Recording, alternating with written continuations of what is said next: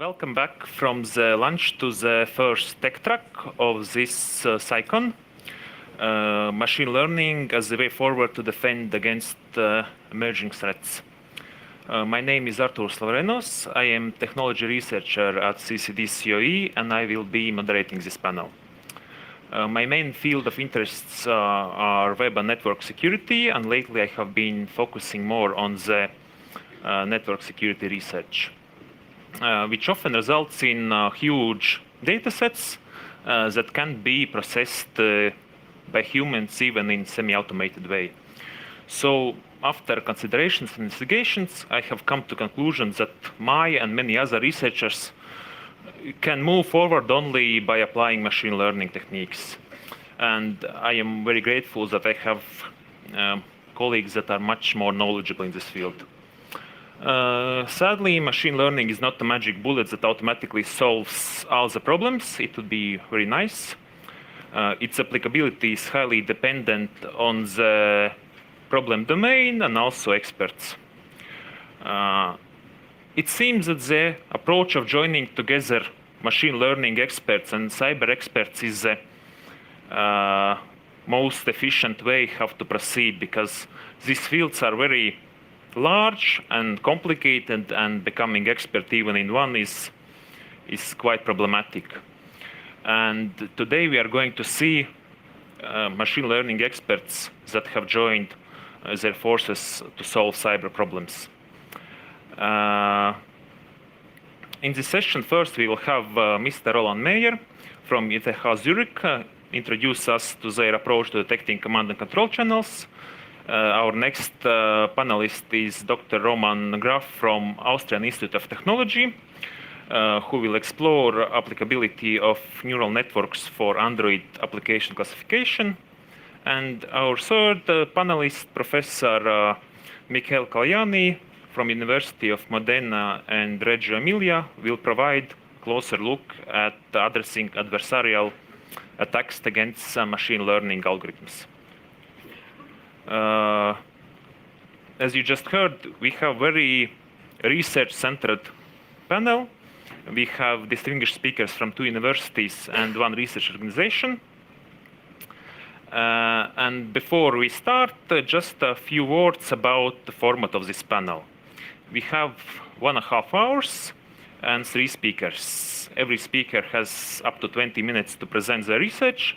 After that, you will have chance to ask couple questions to everyone. So listen and come up with questions related to the specific presentation. And please keep the questions short and concise. And if you have something long format questions or discussions for specific topic, you can always find the authors after the panels till the end of CyCon week. And at the very end, we will have about 10 minutes of panel discussion. We will try to tie everything together, and if you have a topic you want to hear being discussed, you can propose it at the end. So first on, we will have Mr. Roland Meyer, who is PhD student at ETH Zurich. He is a part of Network Systems Group, where his research focuses on the security of computer networks. In particular, he works on solutions which leverage recent advances in network programmability to make networks able to detect and mitigate attacks and provide more security and privacy. Roland is presenting already 3rd year, and first one was in 2017 when he won Junior Scholar Award. His presented research investigates machine learning applicability for detecting of command and control channels in Lockshield's Defenders dataset. Okay, please, Roland, the floor is yours.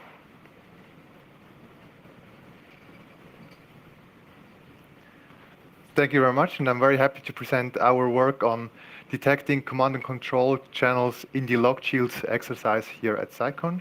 Most of this work was done by Nicolas Kenzig, and the project was done in further collaboration with Luca Gambazzi and Vincent Lenders from ArmaSwiss and Laurent van Bever from ETH Zurich.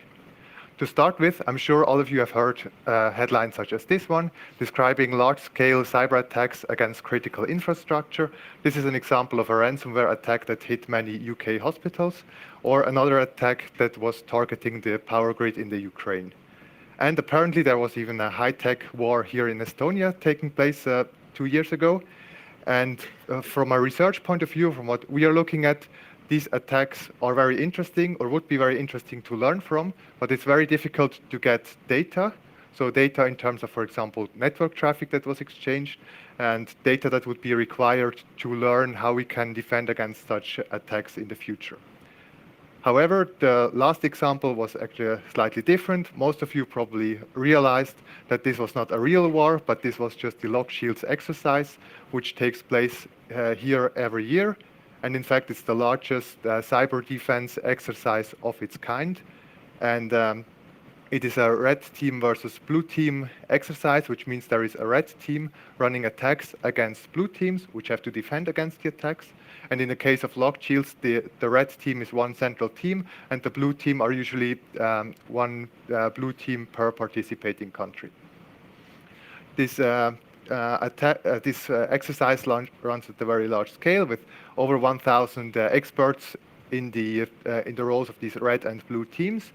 And these experts come from all over the world. There are thousands of systems that are attacked and thousands of attacks that are run over the period of about 2 days of this exercise.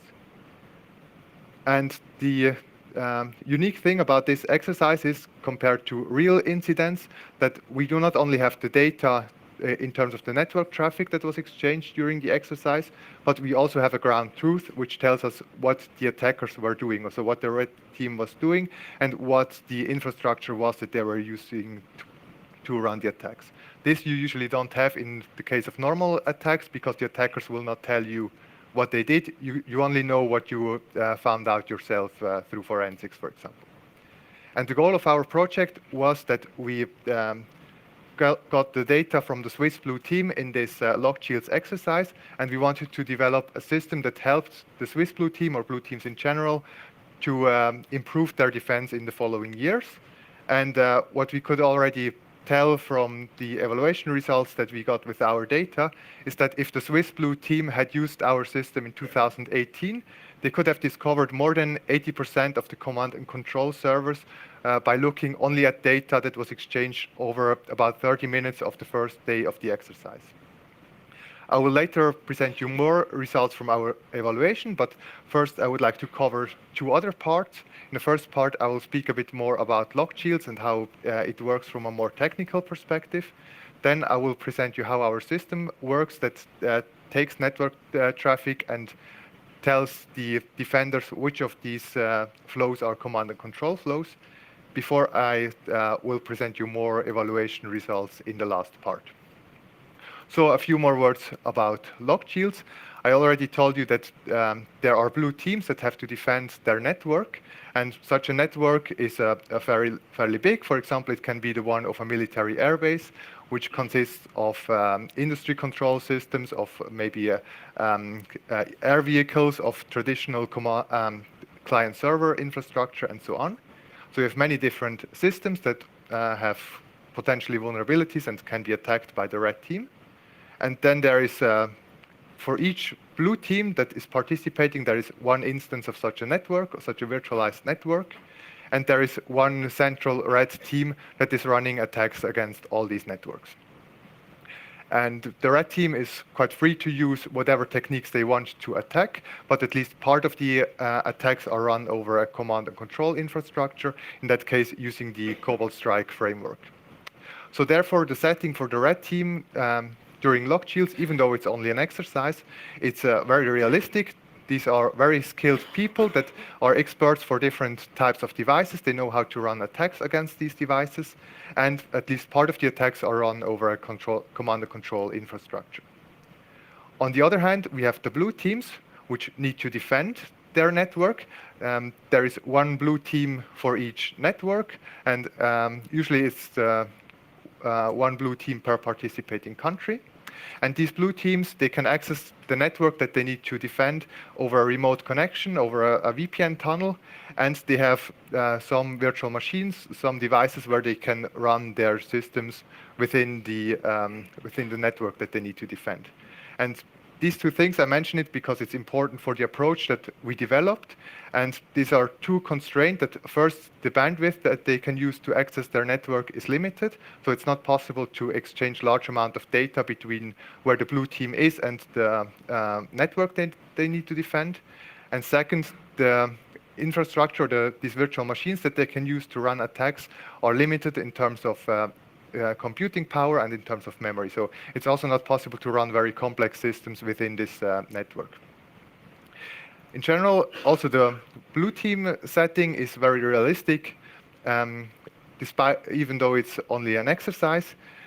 When the blue team arrives, the network is already under attack and some systems are already compromised. And as usual, it's they do not only need to defend the network, but they also need to keep its availability, because there are normal users that need to use the network for checking their emails or browsing the web or whatever. So just turning everything off, cleaning it, and starting it again is not a solution for the defenders. So that was the part about log shields, and now I would like to describe the system that we use to, in that context of log shields, detect command and control servers. We started by our goal, which was to have a classifier that can tell you, given network traffic, which of this traffic is command and control and which is other traffic referred to as normal traffic here. So in the end, we wanted to end up with such a classifier. In the beginning, we had as input data, we had the network traffic from the Swiss blue team, and we also had the recordings of the activities provided by the red team that we could use as a ground truth for this network traffic. As usual, in machine learning projects, we then split our pipeline into two phases. First of all, we had an offline phase for the training, which is done before the exercise and which is not time critical. And the second phase is the online phase, where the classifier is applied in real time to network traffic during the log shields exercise. We further split each of the phases into 4 steps, where we first get the data, for example, from the recorded data of past year's exercises and from the reports that are provided. Then we need to do some pre-processing, which is more a technical detail to align the information that we get from the network traffic and from the reports. Then we extract features. Features are kind of properties that we use later to distinguish between command and control flows and other flows. We then come to the machine learning part, where we label the data. So we have a list of flows. We have all the features that we extracted for all the flows. And now we need to add a label. So for each of the flows, we need to say whether it is normal traffic or command and control traffic. And once we have this, we can use this information to select a subset of the features that we previously extracted. This is done in order to make the system more efficient and more performant. And after we selected the features that we used, we can train the classifier based on these features, and we end up with a classifier that we can then apply to traffic in real time that is captured during the exercise, where we extract the same features and get a label for all the flows afterwards, whether it is a command and control flow or not. So this is the overview of the entire system that we were developing here. And I will now go a bit more into the details of some of the phases here, starting with the feature extraction. Here we extracted 77 widely used network traffic features of 3 different categories. First, we had metadata, such as the flow direction or which protocols were used. Then we had time-related features, such as how long a flow takes or how many packets it sends per second. And third, we had volume-related features, which include features such as the number of packets or how many bytes are exchanged per flow or how big the individual packets are. So we have we have 77 features of this kind, and we compute all of them. We then have a list of all the flows and 77 features assigned to each of the flows. And we now need to compute the label for the flows. And this is fairly simple. We get from the red team reports a list of all the command and control servers that they were using. And whenever a flow either has the source or the destination as one of these servers, we label it as a command and control flow. And if not, we label it as a normal flow. So at this point, we have a list of the flows, features, and labels. And we can use this to reduce now the set of features that we need to consider to make the system more efficient and to make it run in the restricted environment of the locked shields exercise. And to reduce the set of features, we apply kind of a recursive elimination scheme where we first train a random forest model on all the features that we have, so 77 in the beginning. This then gives us a score for each feature of how much this feature contributed to the classification result. And we can remove just the feature with the lowest contribution, so the least important feature, write it to a list, and remove it from our set, start the entire process again. After the second iteration, we will remove the second least important feature, and so on, until we have no features left in our set that we use for the training, and we have a list of features ranked in increasing importance. And later, if we want to use the 20 most important features, we just take the lowest 20 entries of this list. So the next question now is, or the next task now is to train a classifier, and the question here is which one we take. There are many different classifiers usable in machine learning, and for our circumstances where we had one challenge, which is that while the command and control traffic is expected to be similar over many iterations of locked shields, the normal traffic is probably very different because the network might change a lot. So maybe one year it's a military airbase network, another year it's a network of a city. And we also have the constraints of the limited computing and memory that is available, and that we want to have a system that performs classification in real time, or at least close to real time. What we observed after trying many different models is that a very simple one works very well, and that is random forests. So these models are very efficient to compute, and they achieve good results, as I will show later. Okay, so now at this point we have our classifier, and now we can apply it in real time on the network traffic that is exchanged during locked shields. With this, I come to the third part of my talk, where I want to share some evaluation results. We did this evaluation based on two data sets that we obtained by the Swiss Blue team, and these are the data sets from locked shields 2017 and 18, which gives us the possibility to have two models, one that we train on the data from 17 and evaluate with data from 18, and the other one that we train on data from 2018 and test with data from 2017. Again, this is a very nice situation where we have two real data sets that are independent because they are from two different years of locked shields, and they are realistic because it contains traffic generated by humans, by skilled attackers and skilled defenders, which is very rare to be in such a nice situation when you do machine learning. We then trained these models. We tried many different parameters and found that these ones obtain good results. If we take random forest with 128 trees, each tree maximum depth of 10, and we take the 20 most important features. So when you do machine learning, the one important score for the evaluation, or two important scores, are precision and recall.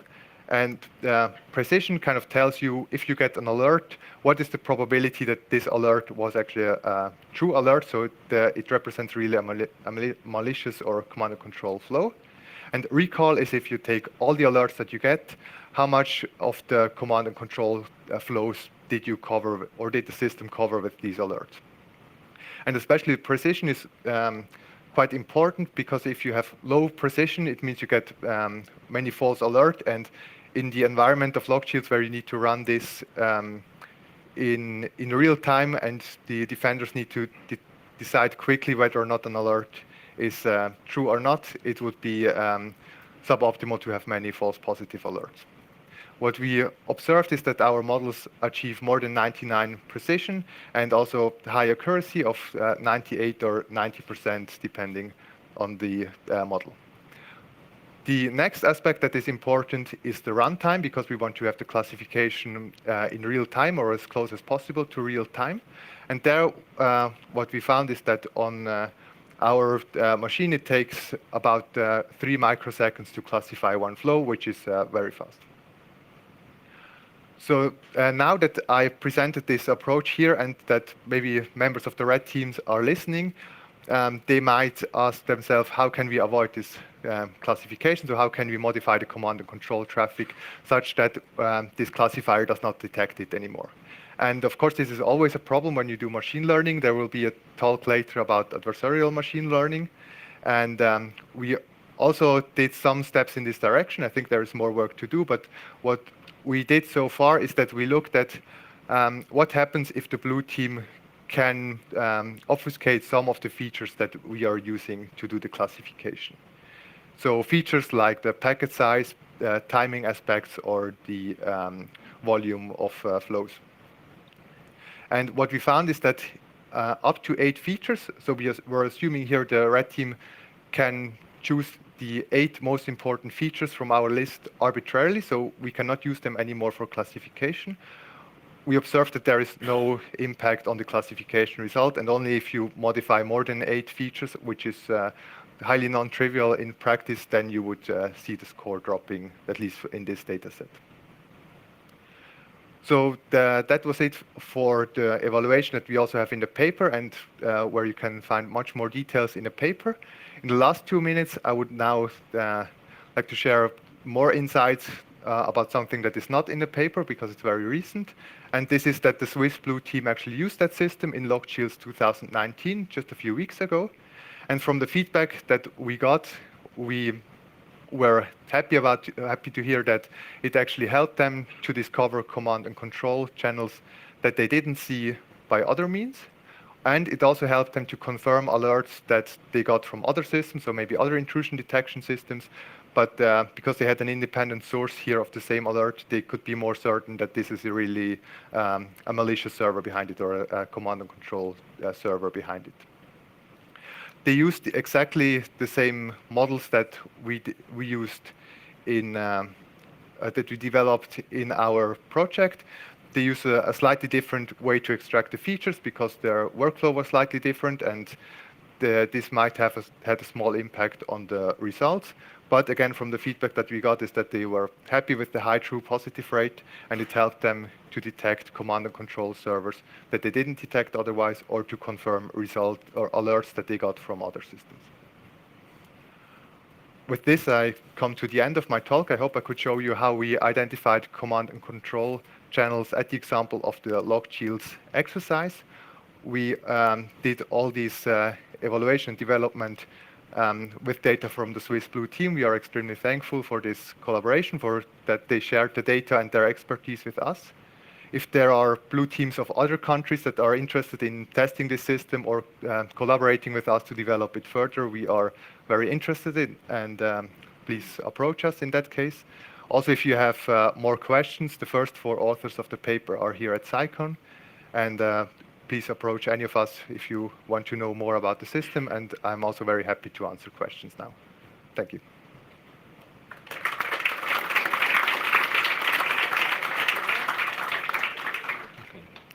Thank you, Roland, for your insights into detecting red team activities. We have time for a few questions from the audience. Okay, the microphone is coming towards you. Thanks for your talk. Did you try the model in a real world scenario? Not so far, no. Okay. Because we don't have a comparable data set to test it there.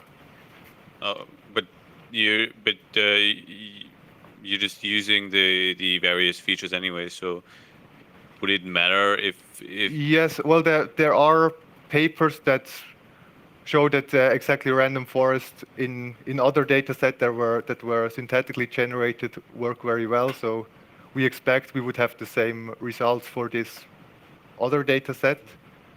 but we were focusing here on the log shields and Yeah. on the real data set. Okay, thanks. Okay. So. Well, thank you for the presentation.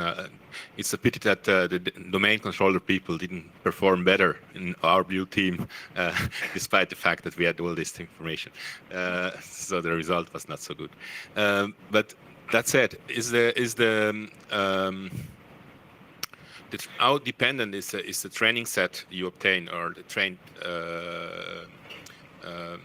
machine, from the tools used by the red team, or how could one enlarge the number of recognized command control channels using other perhaps tool sets and attack tools?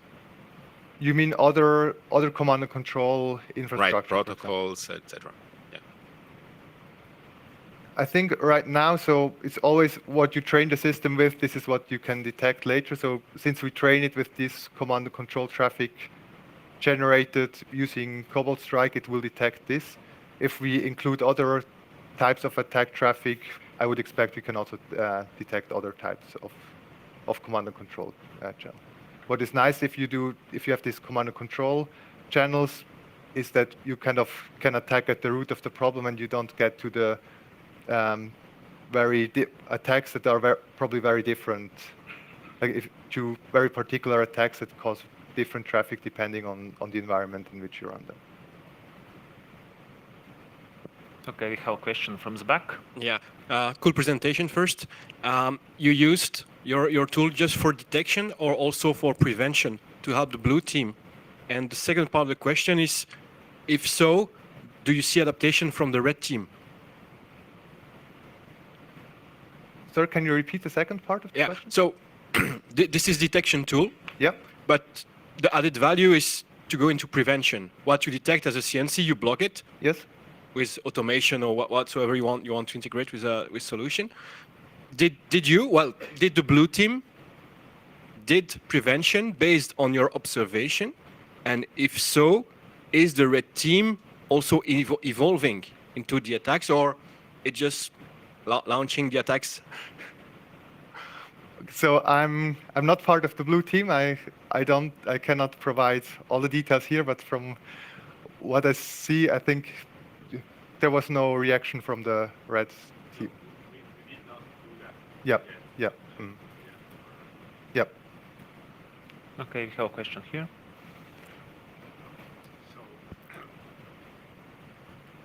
Microphone is coming here.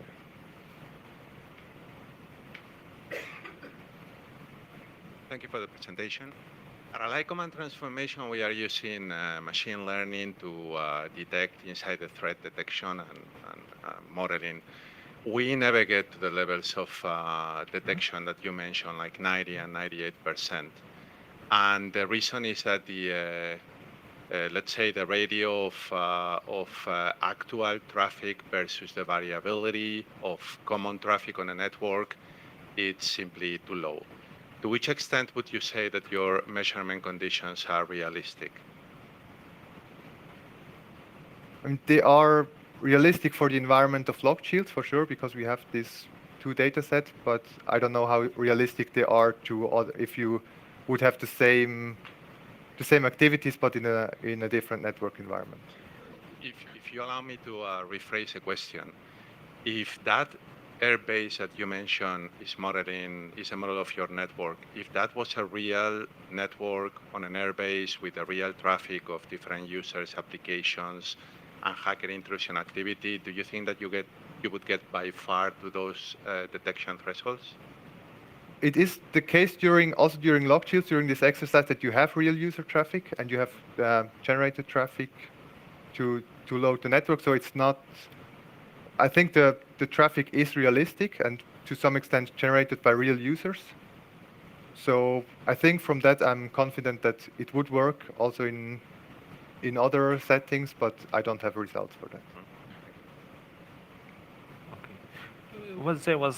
Let's take last question, and you can remember your question for the discussion round. Thank you.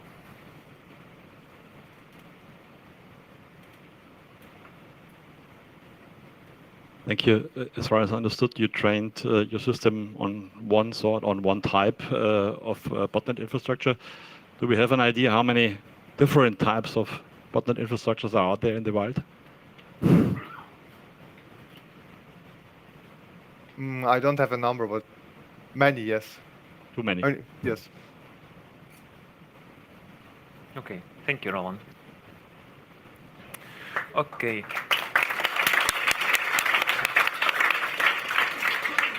Okay. Next up, we have Dr. Roman Graf, who is a research engineer at Center for Digital Safety and Security at Austrian Institute of Technology. He works on cybersecurity and data analytics topics, contributing to the development of several European research projects like ECOCYAN, Planets, Assets, and Scape. He has published widely in the area of cybersecurity and risk management. Roman has supported development of cyber threat intelligence solutions like CASER, and also the one we all at NATO know and love, MISP. So his presented topic is very relevant to all of us who use Android phones, because as you might know, that even if you take applications from the trusted sources like Play Store, you actually can be 100% sure that it is safe.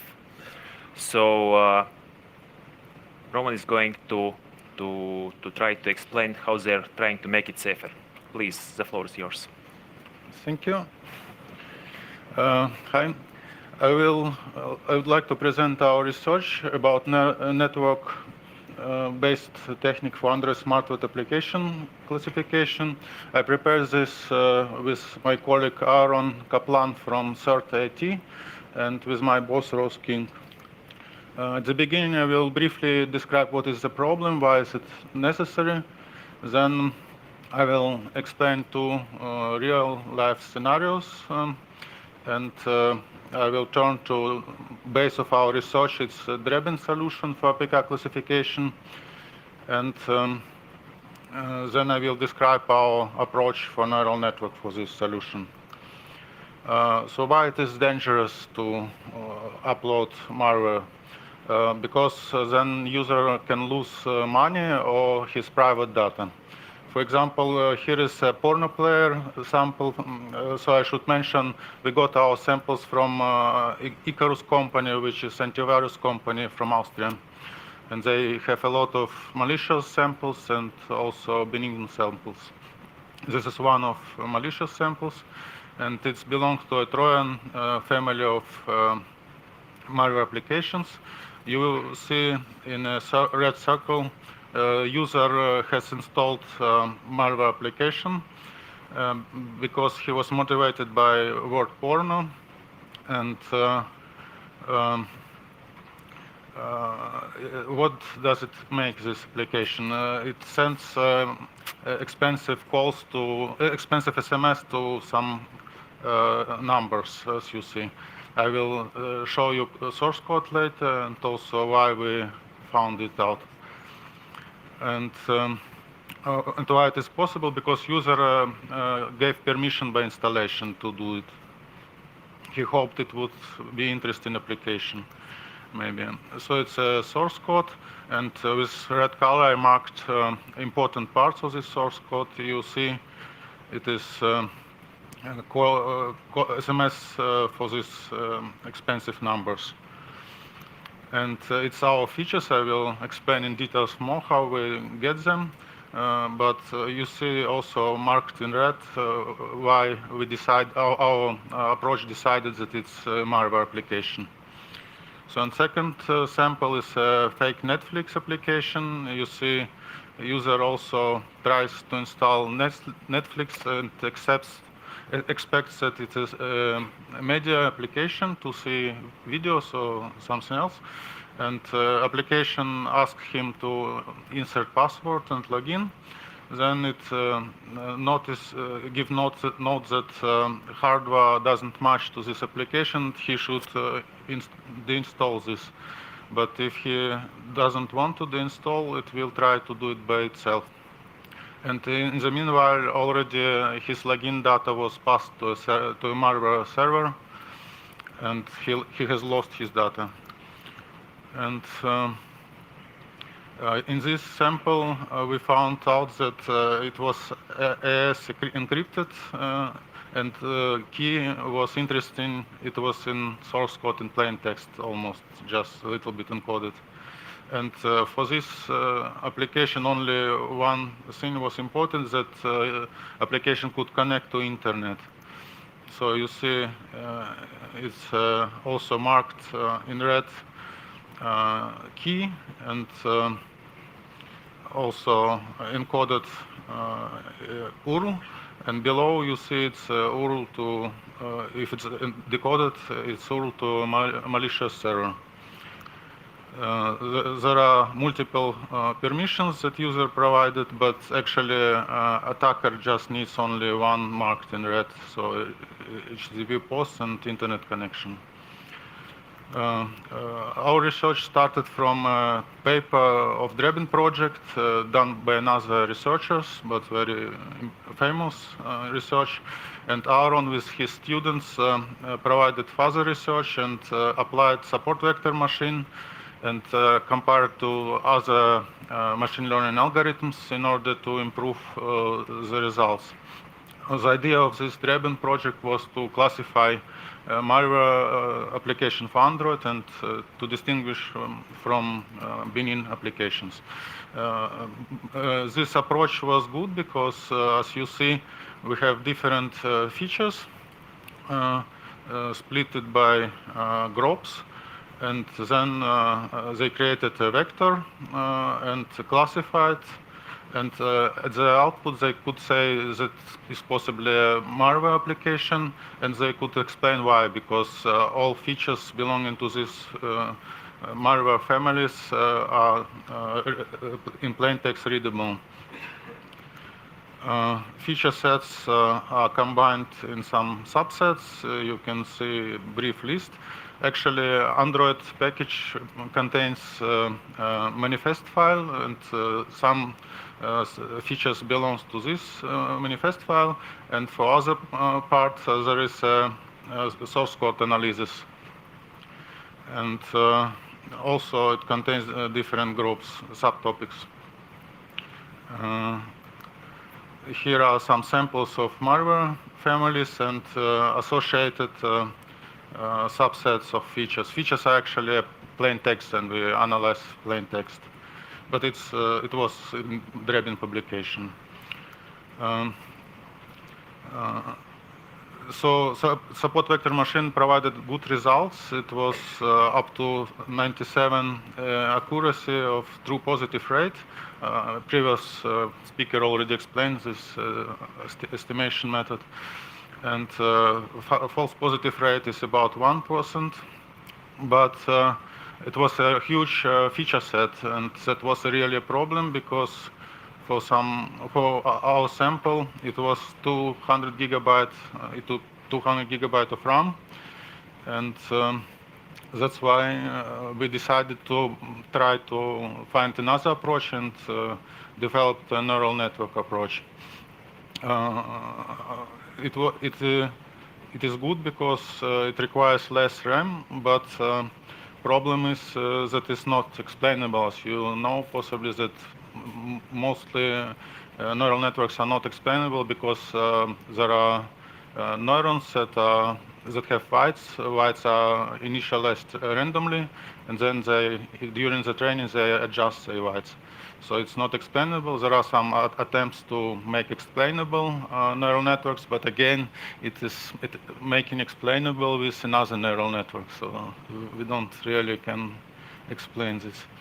And we have sets of samples about 1 terabyte now, and it's about 56,000 of malware samples. It's our approach overview. We have a situation awareness system, and we get APK, so application code, and we use Drebin code is not public actually. We use source code of Singapore researchers that who try to repeat this code according to Draven publication. Actually, it works well, and we get features using this code. Features are, as I said, some text, and then we parse it and prepare our feature model. We split our set of samples into training, validation, and test sets, and we trained our model with these features. I'll explain later in details how we do it exactly.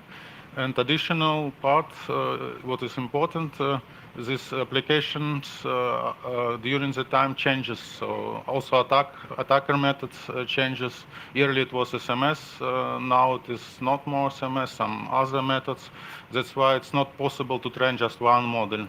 And we decided to train different models, distinguish it by different rules. For instance, time, or from where we get these malware samples.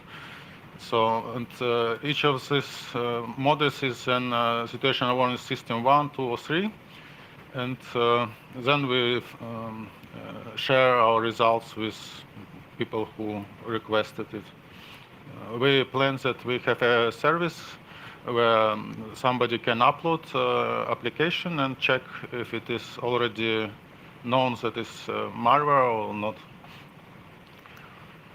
We employed word embeddings method in our neural network because it's one of the best to analyze such text features. How it works, text cannot be analyzed by neural networks. That's why we convert it to arrays into numbers. And at the end, for instance, if we would have a sentence, CyCon is very interesting and very helpful. So we would give index for each word. If word repeats, then it has the same index. And in the next turn, we convert it to embedding vector, which is where we can just provide the size, and it will be done automatically. And you have seen, you see here a sample of this. It's just some numbers, but it's a vector. And for each file, we create a list of such embedded words. And that is input for our neural network for train. Here is our workflow, how we train it. As I already mentioned, we get feature first, then we check if it's already in our trained model or not. If not, then we add it to the model and retrain it. If yes, we just query the model and then go through a rule engine, as I already mentioned, and provide a classification result if it's malware or not. Here is a brief overview about our rule engine. We have, for instance, just sample rules. For instance, which date, which operation system, which vendor produces APK. And applying these rules, we could additionally improve quality. If we have additional knowledge about something, then we could implement it in such rule system. So these blue icons are if statements actually, and they produce a conclusion, and we aggregate conclusions and go to results in some conclusion. Our neural network has different parameters, such as learning rate and vector size, maximal vector size, embedding vector size. Then we have training loss, training accuracy, validation loss, validation accuracy. And combining different settings, we analyzed what is a better performance for our model. And in result, we have a list of true positive rates and false positive rates. So then we can estimate which setting for particular model provides the best accuracy. Here is a summary about neural network training process. You see, we can provide how many iterations of training we will do. So here is 5 iterations, it was enough. And you see that accuracy training accuracy and validation accuracy constantly increases and then is fixed at some point. And validation error and training error, as expected, are reduced at the end. And we used input layer, then we flattened this input data, and we used additionally hidden layers to calculate our model. And sigmoid was the activation function for our training model. This is a relative operating characteristic that also provides visual result of our calculations with different settings. So on the right, in the right part above, in the upper side, you see the perfect classification point, and this red line divides good results from not so good results, and you see that all our results are located on the left side in the higher part. So we can say all of them are quite good results. And so perfect classification point is on the x-axis. It's near the 1. So the near to this point, the better is the result, actually. So I can conclude that we develop real-time automatic solution that classifies APKs in malware or benign, and we combined rule engine, feature extraction, and neural networks to achieve this decision support method. And I would like to thank Icarus company for provided samples.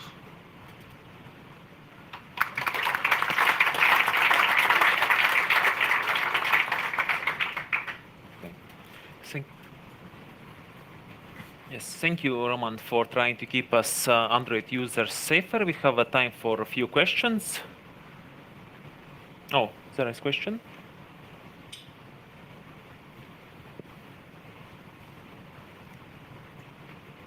Thank you very much for your great presentation.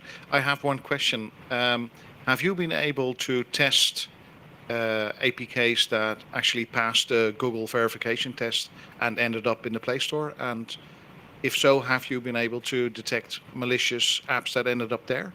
No, it's just a draft, so prototype, and we just used samples that we got from the Icarus company. We are just related on these samples. Okay. Also, it was important to compare because we wanted to compare previous calculation with support vector machine, and if its new application improves previous application, and previous application was trained with the same data. To have the same, to have ability to compare them, we need the same data. But we are working in one project now, and we want to collect now much more samples, and would like, if somebody can provide especially benign samples, so we would like to try our model on these new samples. Yes, because it would be interesting if this would be an additional layer on top of the standard verification procedure. Of course. Thanks. Okay.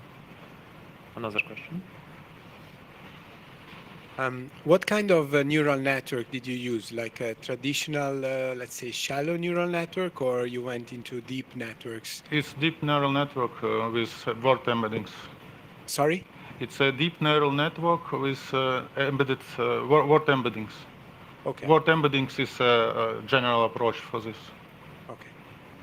And so if you use a deep neural network, weren't you concerned about the size of the trained network and the computational power required to run it on the actual phone?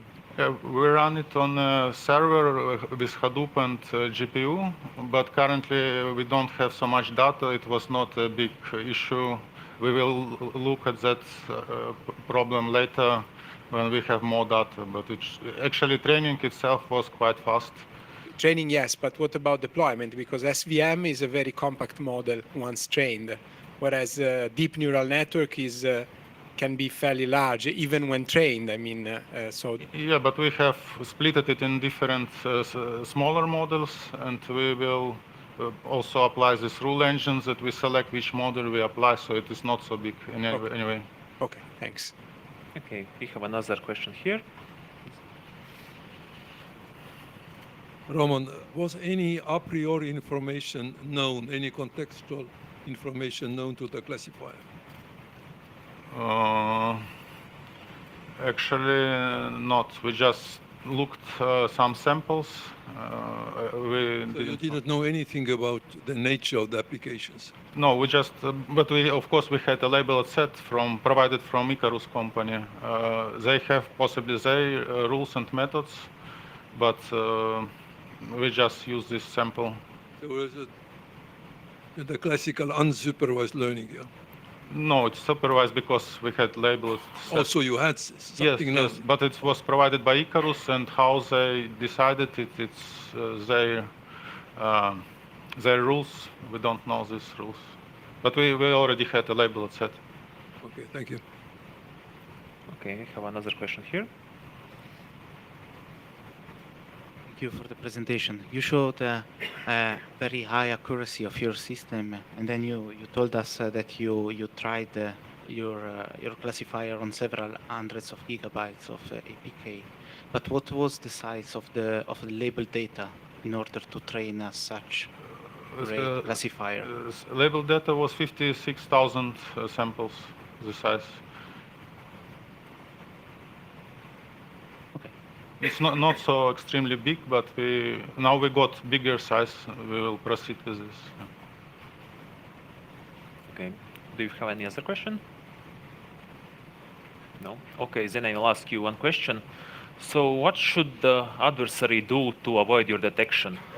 Can adversary just take most popular common application from Play Store and add some unknown malicious code that was not previously used anywhere, something custom? Yeah. Our analysis is static. Of course, if people produce customized applications, they have chance to circumvent our model, but it's quite complicated because we also don't know by ourselves which features we analyze them automatically, and there is possibly a chance to circumvent it, but possibly not if this customized code has some specific features that we already had in our trained models, and it also will be detected. So if you take already known code, it possibly will be detected and just adjust it somehow. Okay, thank you. No more questions, then we can continue. And our next speaker is Michael Koljani, who is a full professor of security of engineering at University of Modena and Reggio Emilia, Italy since 2000. His research interests include system and network security, scalable and reliable architecture, and security analytics.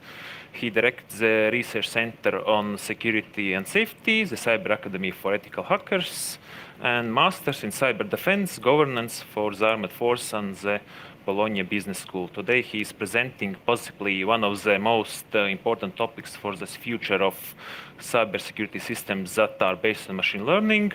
So adversarial attacks against them, which are trying to poison machine learning algorithms. Please, the Thanks floor is very yours. much, Artur, for your kind introductions. So I can leverage the third position because my colleagues already presented all the technical details about machine learning. And so I will try actually to answer the main question of this session. If artificial intelligence, machine learning, and learning can help us now and in the future. So just a precision, because I'm sorry, I'm a professor, I need to to clarify all the terms. So, because some people say, okay, artificial intelligence is 60 years old. This is not true. Because in the first part, what we can call the artificial intelligence 1.0, we tried, our goal was to teach to the machine to resonate. So we define ontologies, semantics, a lot of formal methods for reasoning. And actually, it didn't work. But in the last 10 years, we changed completely the approach. Now we are trying to teach to the machine how to learn. And this approach is working much better. The novelty is also a technological novelty. We have huge amount of data, huge computational power, and so we can introduce a lot of fancy algorithms, machine learning, deep learning, and whatever the other colleagues explained. So another point that we should clarify is the real priority, the real importance of all these methods. In my metaphor, artificial intelligence is like a refinery, but the refinery is useless if you don't have oil, and oil is represented by data, an ocean of data. You need a large amount of data. And the declaration, the claims at the end of this slide are clear. Which is more important is the amount of data, and the type of data that you choose for machine learning to train your systems. If you made a mistake there, the output is wrong. Trash in, trash out. So you need a huge amount of data, a huge amount of useful data. And data is not the reality. Data is just a portion of the reality, is a representation of the reality. So if you look at this picture, you look young people, smiling people, we look at the data. So the definition of these people is not the reality. Nevertheless, artificial intelligence works. There are several problem domains where artificial intelligence works. And this doesn't mean that artificial intelligence works everywhere. So artificial intelligence works very well in computer vision, in speech recognition, text interpretation, analytics, microprofiling and neuromarketing. That's very perfect for profiling each of you. Works very well in games. Chess, you remember, Deep Blue. Then Go, and even poker. That is an interesting game because you have a partial information about this game. On the other hand, all the pieces of the chess are on the table, so it's a different problem. And actually, artificial intelligence now helps a lot the bad guys. Artificial intelligence is used for malware production. Artificial intelligence is used for chatbots, for information warfare. So there are several problem domains where artificial intelligence actually works and improves year by year.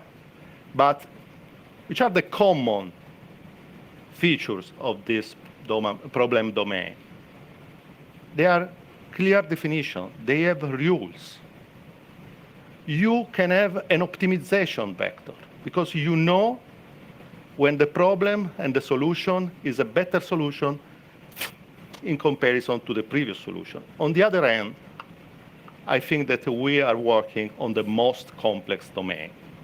We have no rules. We have no border definition of our problems. And even worse, we have to model human behavior. We can model in a certain way, in a precise way, the machine behavior. But what about the attackers?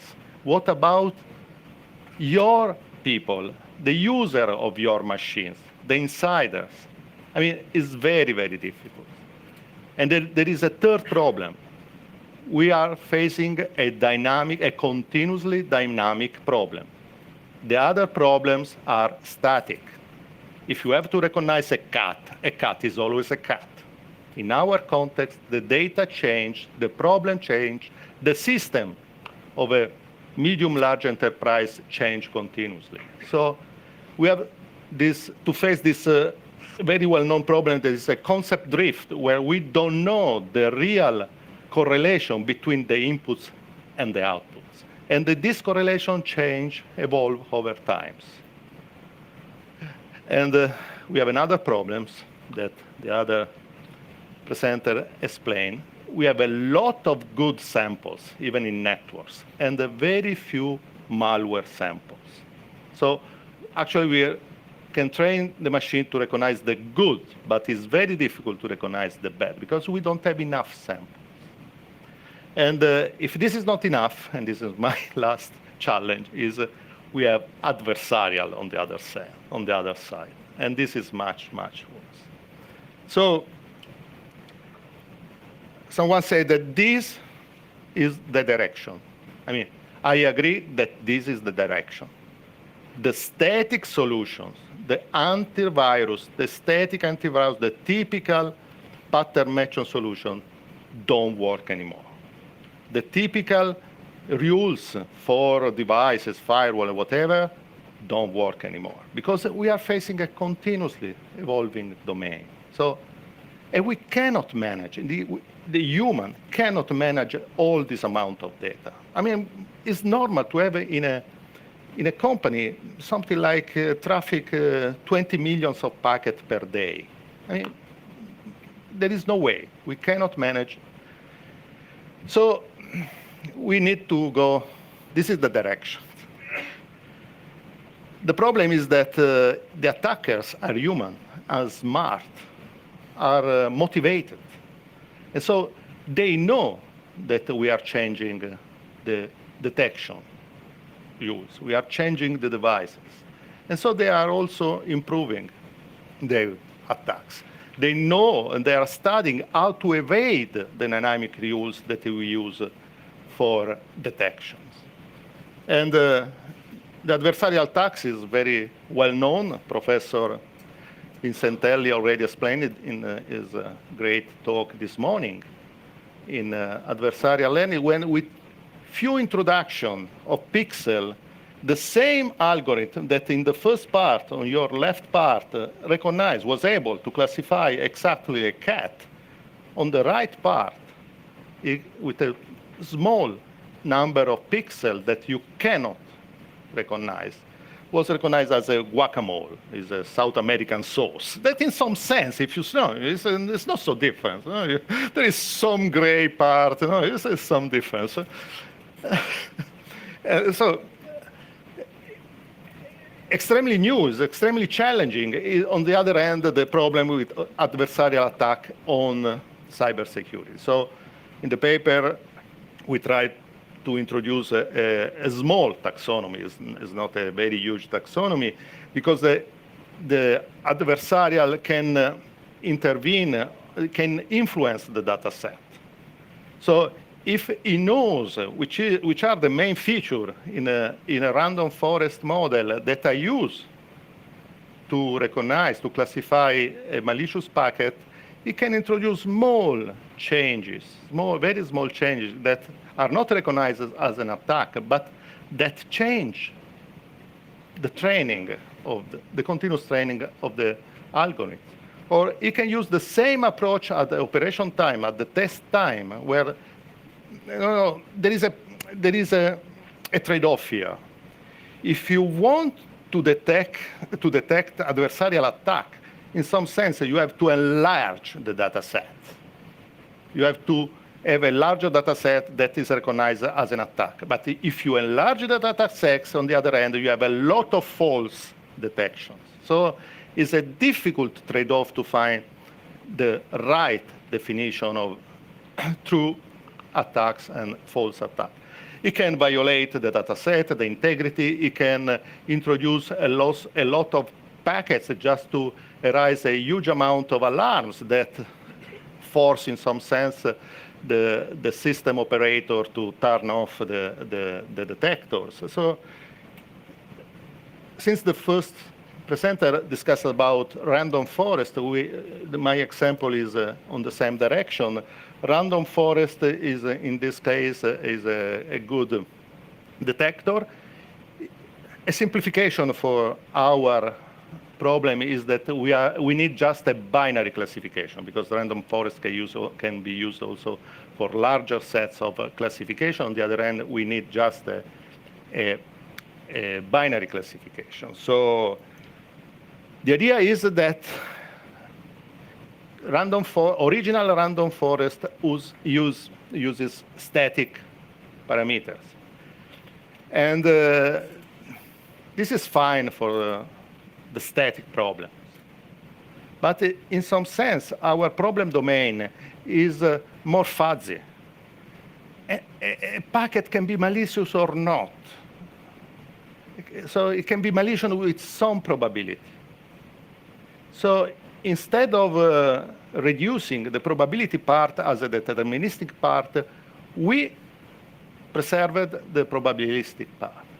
In some sense, we could have a first part of a classifier with a probability that remains in the model, and then we train the system with these flexible parameters, and then we use in the test part. The interesting point is that you need to continuously update and train your model. If I can keep your question, this was an interesting question about can the random forest can be used in another network? I'm sure, I can guess that it will work in another system, in another network, with a different traffic. The question is, what if CyCon 2020 will use a different botnet, a different malware family? This is the real question. And we don't know. We don't know. I can suggest that we have to change, otherwise Switzerland will win. I mean, they have good support. So first hint is to change because they are ahead. And the result, what about the results? I cannot sell you anything. On the table, you have the data set. The data set is extremely realistic. We have something about 1 billion packets. I mean, normal traffic, where we introduces 13 types of botnets, so 13 types of malware. From this table, you can recognize the problems. We have a number of net flow in terms of millions, but the malicious flow are 2 or 3 orders of magnitude lower. Do you remember my problems? How I can train an automatic, a machine learning thing with these few, in some sense, packets with respect to the normal net flow. And okay, I can present just the last results where you can appreciate that our algorithms works much better than the state of the art, because our results are always on top of the previous result, and the detection rate is high in some sense. But I want to say the truth, all the truth. And if you look at the entire picture, that is the 13 or 14 histograms, top right, where an adversarial attack could change some parameters of the features that we used for detection. So there are the first 4 histograms, the adversarial attack could change just 1 feature. So in the second set, it could change 2 features, and so on until 4 features. And the final results is what we expected. Is a continuous decreasing and decreasing. And this is the truth now, today, now. We can improve the state of the art. Research is based on this, a continuous improve. Please improve our results. So the truth is that there is an assumption behind the scene. The assumption is that what is anomalous is also malicious. And what is malicious generates an anomaly. But unfortunately, this is not always true. So we have false positive, and false negatives. And would you buy a detector that is precise at 99.99%? Four nines? Will you buy it? Yes or no? Why not? Sure, come on, 99.99. No, it's yes or not. It depends on the number of flows, number of packets. If you have 10 million packets per day, that is normal. 99.99 means at least 1,000 false alarm per day. You cannot manage one. If you no, so we don't need 99. We need 99. I mean, at least 5 or 6 9 precision, and we are not yet there. This is the truth. This is the truth. On the other hand, so positive message. Even the biggest cloud provider, Microsoft Azure, Amazon, Google, are using the same technique. So because, as I said before, the direction is this. There is no alternative. So this is the direction. And they have much better results. But they have much better results because they have huge, huge amount of data. They don't have millions of data. They have billions and billions of data per day. So, summary, either you can define and limit your problem. Otherwise, you need a huge amount of data to have better results. And to conclude, these are not my requirements, especially the fourth one. So we need fairness, explainability. This is an important point because most of these deep learning algorithms work, but we don't know why. We don't know why. And DARPA opened an interesting project about the explainability, why we want to know the motivation. If we want to apply this algorithm in the society, in the real, we want to need the motivation, why these algorithms work. They should be robust to an evolving data set and even robust to adversarial attacks. The fourth one is scaring for all the technology people that are around, not for the lawyers, because they are trying to say, the Organization for Commerce and Development, they are trying to say that organizations and individuals that operate and deploy artificial intelligence should be accountable. Should be accountable.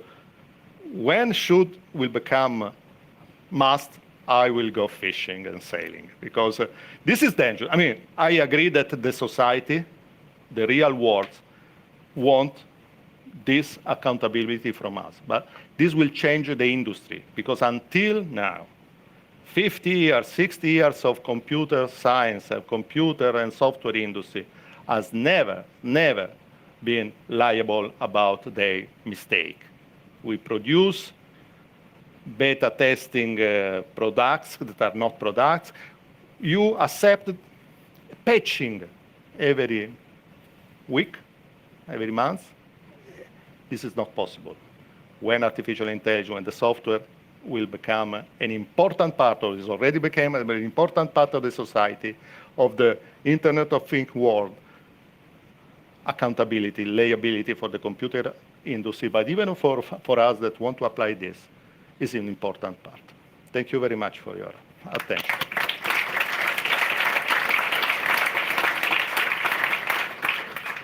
Okay, thank you, Mikel, for enlightening us about problems relating machine learning in security systems. You have time for a few questions before panel discussion. Do we have any? Oh, there is one question there. Sir, here in the back, I really appreciate your talk. I was just wondering, as far as obstacles to, I'm back here. So. Yeah, we are. We have lights in our eyes. I should stand up. I'll stand up. As far as obstacles for improving our ability to use machine learning algorithms, would you say that our ability to process large quantities of data is the bigger obstacle, or our ability to understand and articulate to the machine learning algorithm what it is that we're providing as inputs? No, sorry. I didn't say that the impossibility to provide, to manage a huge amount of data is our limit. Our limit is to have this huge amount of data for training, to continuously have this amount of data for training. I don't think that the architectural part, the machine part, is the limit today. I mean, the hardware is, and the memory is always and always improving thanks to our electronics colleagues. It's not that the problem. The problem is how you can get this data and how you can manage continuously changing. Because, I mean, as we are working in an evolving model, I mean, the chess are rules, the cat is the cat, the text is the text. But on the other hand, I mean, the typical approach that they have, I use 1 billion photos or billions of text, and then I can train the algorithms on this set, and then I can use the results for new text that I didn't see before. I mean, in these scenarios, the algorithms work, but in our scenario is not that. Our scenario is a continuously changing scenario. So it's not only to manage a huge amount of set of data now, but to manage a huge amount of data now, tomorrow, next week, and so on. And actually, there aren't enough tools that, not yet. I mean, this is an opinion. For us, it's a dream. I mean, any problem for a researcher is a dream, no? Because we have problems to solve. Please. There are a few questions in the middle. Oh, you need the microphone. Yeah.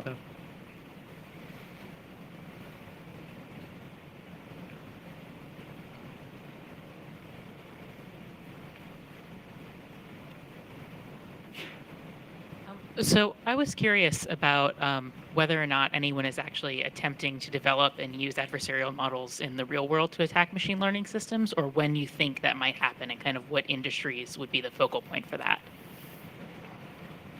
Okay. Do you want the truth, all the truth? The truth, please. I don't know the truth, so it's my opinion. The adversarial attack, I mean, the attacker now don't need, not yet, because, I mean, even the best machine learning algorithms work at 99, and as I said before, 99 is not enough. So they don't need. But what I can say, if you use automatic attack, botnet, they use automatic communication, standard communication, we can, in some sense, address the issue. If there is a human behind the scene, a competent human behind the scene, he wins. I mean, as usually, he wins. Thanks. Okay, please. There's another question right here. Yes. Could you expand a bit more about this principle of accountability that's being developed? Because from what I understand, from what you explained, so they could hold the person operating the algorithm responsible, but then that person doesn't know how it's been developed. So if I understood what you were saying. Sorry. No. No, okay. Can you when rephrase in another way? Yeah, sure.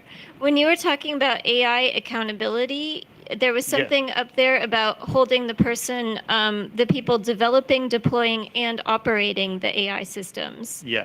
Would they hold the person operating the AI system responsible even if they hadn't developed it? So that person might not know how the algorithm's been developed.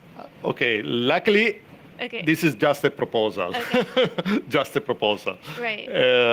But, I mean, law system, the society wants this. I mean, there is a famous example, deep learning algorithms that recognize wolves from dogs better than humans. But they didn't know why. And after months of research, they recognized that the machine didn't look at the animal. The machine looked at the environment. So an open environment, the woods,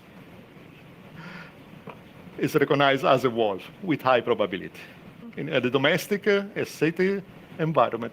But they didn't know. The machine learned by itself. I mean, in some sense, this is real intelligence because they didn't know at the beginning. But I mean, we cannot accept in the defense, in the society, in the military space, something like this that works. Just works. No, it's not enough. But it just is a suggestion. Okay, there's another question. Yes. Thank you. Professor, I particularly like your slide 13.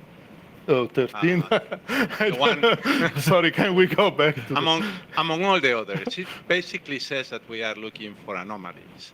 Yeah. For us in particular, we have an approach that works much better, which is based on data representation, data filtering, data preprocessing. When we are talking about forest algorithms or algorithms based on classification, we find extremely useful if we don't let the neural network run wild. If we pre-pattern the information, like using a framework, like using Fourier transforms, Gabor transforms, whatever, to patternize the input set. In those cases, as I said before, we don't get to 90%, we don't get to 98%, but we get to rates that are pretty robust against change, meaning that when we change the data set or we change the adversary behavior, the machine is still useful. It doesn't go from 90 to 0. Do you agree with my last comment? My suggestion, combine multiple methods. I'm sorry, I didn't present the last claim, but I completely agree with you. We cannot have just one approach. We have to combine multiple approaches. I agree perfectly with you. This is the direction. Thank you. Okay, thank you. You can take your seat and we will move into panel discussion. So let's take first question for panel setting. Actually, my question Oh, was so much for the okay. Okay, microphone is here, please.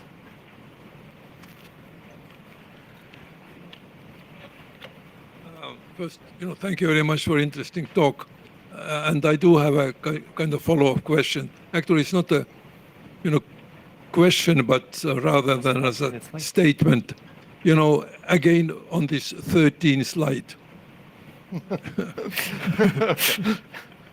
and the statement that any detection of an anomaly may lead to a malicious attack, which is pretty true, but I would caution not to generalize these principles because in AI area, in learning, we actually, for example, let's say emergent behavior of complex systems.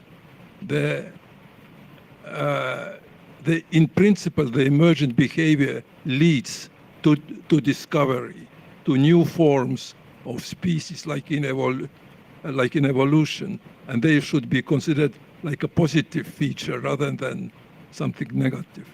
So yes, your statement is correct in this specific domain, but not to generalize in other systems and processes.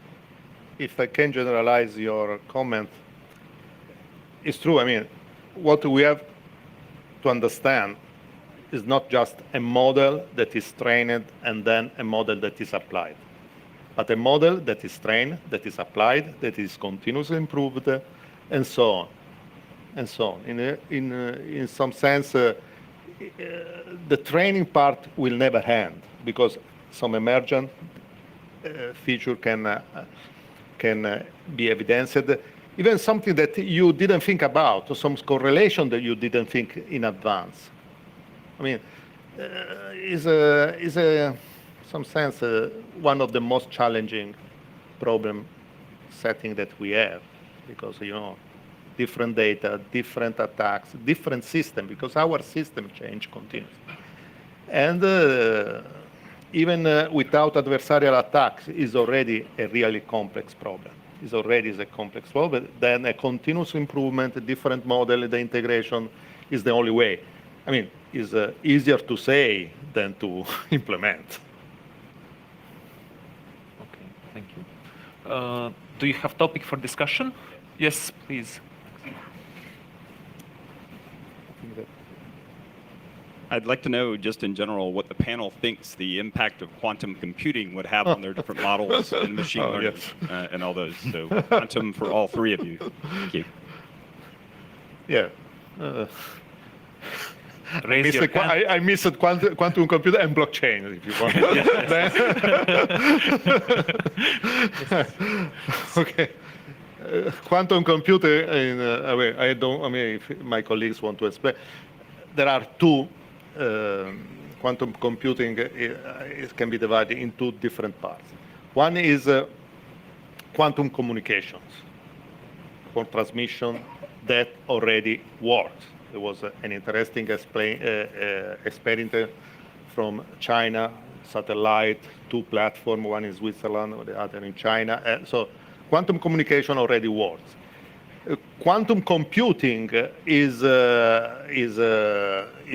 I mean, the problem is still a problem. We are improving, but we have not only to improve the hardware part, but then we need a lot of software. We have to change completely the software. So it's not something that will be there in a few years. This is on the other hand, our community, not me, already are working on post-quantum cryptography. So the academic research is already trying to face the issue of tomorrow. As far as I don't know if you have more. Our company is working on quantum cryptography, but for artificial intelligence application, I don't know now. It's not developed yet, the hardware and so on. It's too early, I think. Okay, another topic here.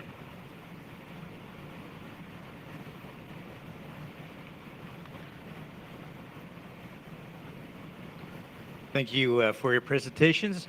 A question for the panel. It's an open question. In what way would you think that machine learning would be helpful in attribution of attacks?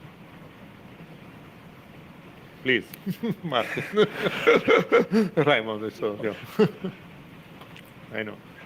I'm not sure. I think for that case, it's even much harder to get the data sets with which you could train such a system. So I don't see a straightforward way to earn a promising way to use machine learning there, but maybe my colleagues have more ideas. I think attribution is... No, sorry, please go ahead. No, I think attribution in general is very complicated problem. It's very hard to say. Artificial intelligence depends on data, and if data is wrong, you can produce wrong attribution result. It's dangerous. Attribution is the problem.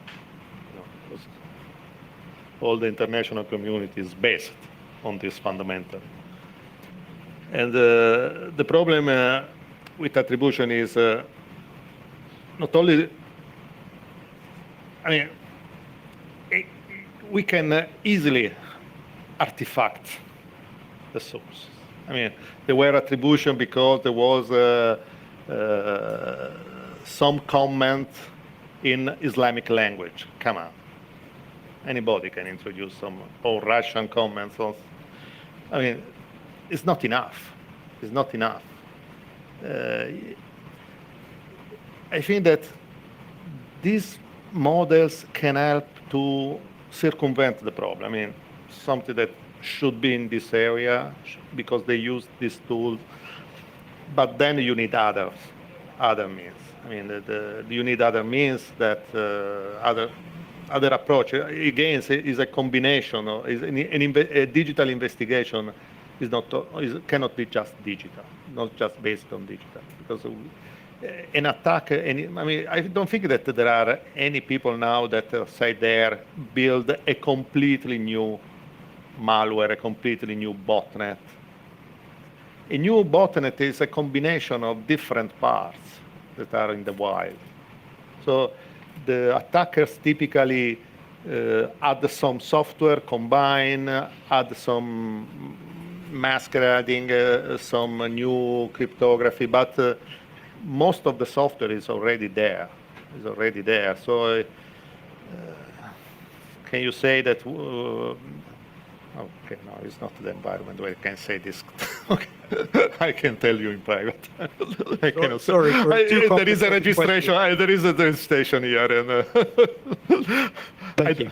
I don't like polonium. Thank you. Do we have another topic to discuss? No, then I will ask you a final question with expected one-sentence answer. Should we be concerned about machine learning in security systems in 5-10 years? Are we going in some dangerous direction? I mean, the direction, as I said, the direction is this. There is no.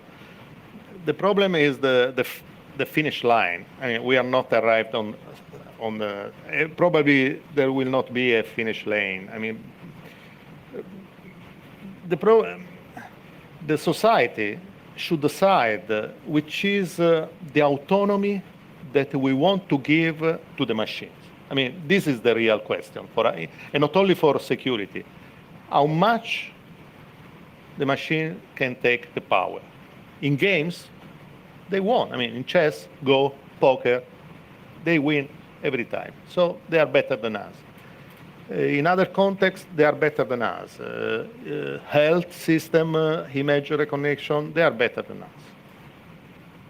In other open environment where the decision is not clear, when we cannot apply a clear optimization function, because all the machine learning is actually data and optimization, and continuous optimization. If we don't have this optimization function, if we don't have the ground truth, we have a problem with the ground truth. We cannot compare the previous results with another one. It's difficult. The problem is not of the machine learning. The problem is our problem that decide to outsource this decision to a machine. It's not a problem of the machine. The machine does whatever it can, but in some areas, before quantum computing, that will open new issues and will open over new solutions. We are in the middle. Now there is an interesting case. I don't know if it's Japanese or Chinese, that he lose $20 million because the algorithmic an algorithm for financial investment made mistake. He wants to sue the algorithm or the products. So it's something strange. Can you sue an algorithm? And it is related also to the problem with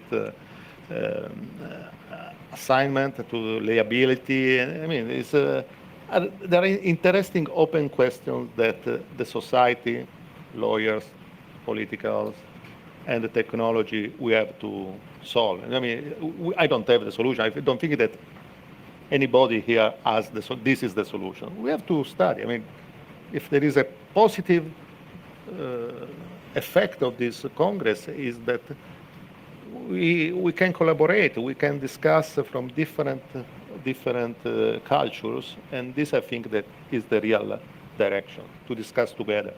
Okay, thank you. Roland, do you have any concerns about future of machine learning? I think it depends on particular challenge.